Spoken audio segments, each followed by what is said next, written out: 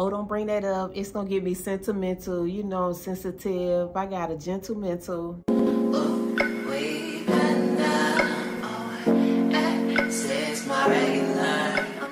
What's up, guys? Welcome back to my channel. It's Angel the Psych and P Vid, a mental demic. If you're new here, welcome. And if you're old here, welcome back.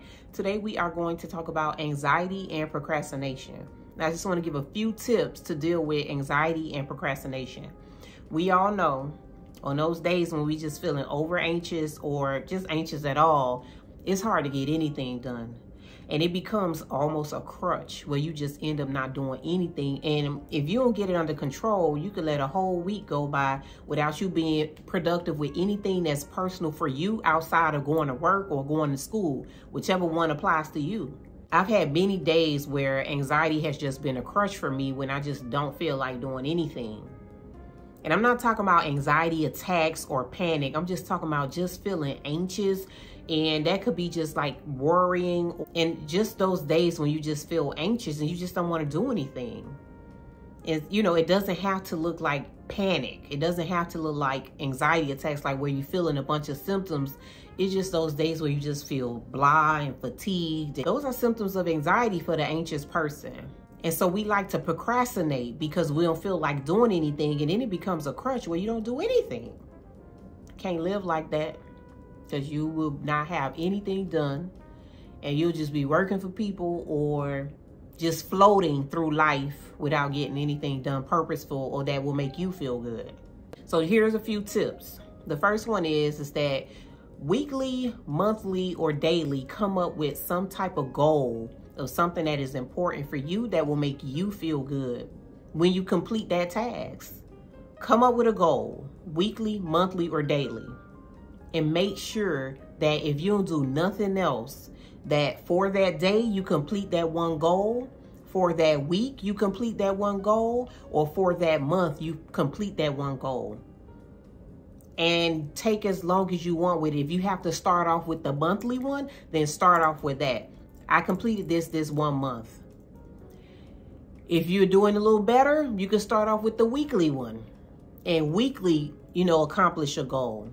And if you just, you know, you anxious, but you still got a little bit in you, then you could do something daily and accomplish that. Now, to accomplish these goals, you got to write stuff down. You got to have a schedule in place, because otherwise you're not going to get it done. In between us being working adults or, you know, college students or whatever the case may be, going to work sometimes and just getting through the day is enough, and you feel like that's enough. I made it through that. Don't push it. But we got to do a little bit more. If we have personal things that we want to do that's going to fulfill us, we got to go a little bit extra.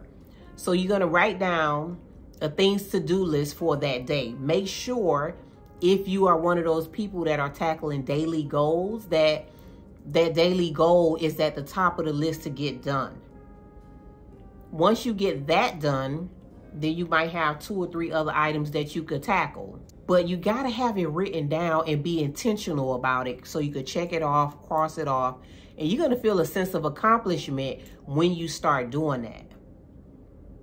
If you don't do that, I promise you, if it's just in your head, it's going to get procrastinated to the next day and the next day and the next day until you ain't did nothing but go to work or school. Now, the next one is take breaks in between tackling those things. So if you got a things to do list with 3 things on it for that day, take a break in between. I mean, like if you're making some phone calls or something, if that's all on your list and you could just knock it out, then go for it. But if it's something that's going to require you know, more mental out of you or more physical out of you, take a break in between or you're going to get discouraged. Because when we be anxious, we be feeling like, I done enough. Like, really, just doing the bare minimum sometimes is enough. And you be over it already. But we can't live like that. We got to be productive and we got to keep pushing through. So this is going to help you push through to get some things done so you can start feeling good and still functioning and being a functional human that just has anxiety. You can't let the anxiety take over you where you just living with anxiety, paying bills, going home, and then that's it. Can't do that. Another one, tell yourself that done is better than perfect. There's something that's tied to perfection and anxiety. We want to be perfect with everything. Why, I don't know. But I can tell you what, the perfection gap keeps us from doing anything. So done is better than perfect. If you do it and it's done, even if it's not perfect, you're going to feel satisfied about it. You're going to feel productive. You're going to feel like I did something more than just my anxiety today. Tell yourself constantly when you're living with anxiety that done is better than perfect, because you're not going to reach perfect. None of us are. We just aren't perfect people. Humans aren't perfect people. Done is better than perfect. And then the last one is, don't let the fear of getting something wrong, or the fear of not completing something, or the fear of anything that you may have in your head of why you can't do something, keep you from doing it. Because that's, unfortunately, anxiety is a liar. And it'll tell you all kind of things that make you just feel like, why am I doing it anyway? I'm gonna fail. Why am I doing it anyway? I might have a panic attack in between. Why am I doing it anyway? Anxiety is a liar. It's gonna just make you feel, you know, the fear of the anxiety keeps you from being productive. And it keeps you procrastinating. One thing that I see a lot of people with anxiety do, and it's just a defense mechanism, they schedule things out really well. They plan really well because it don't require anything of them than writing something out or typing something up. But the implementation is the problem. That's what we procrastinate on, the implementation. I know a few people that are very good planners, that are very good at writing things down. They're actually very good at all of this stuff that I just mentioned, except for implementation, which is the procrastination. Because of what? Maybe fear, the perfection gap, any of those things. We got to implement. We got to be productive with the anxiety, or you won't get anything done.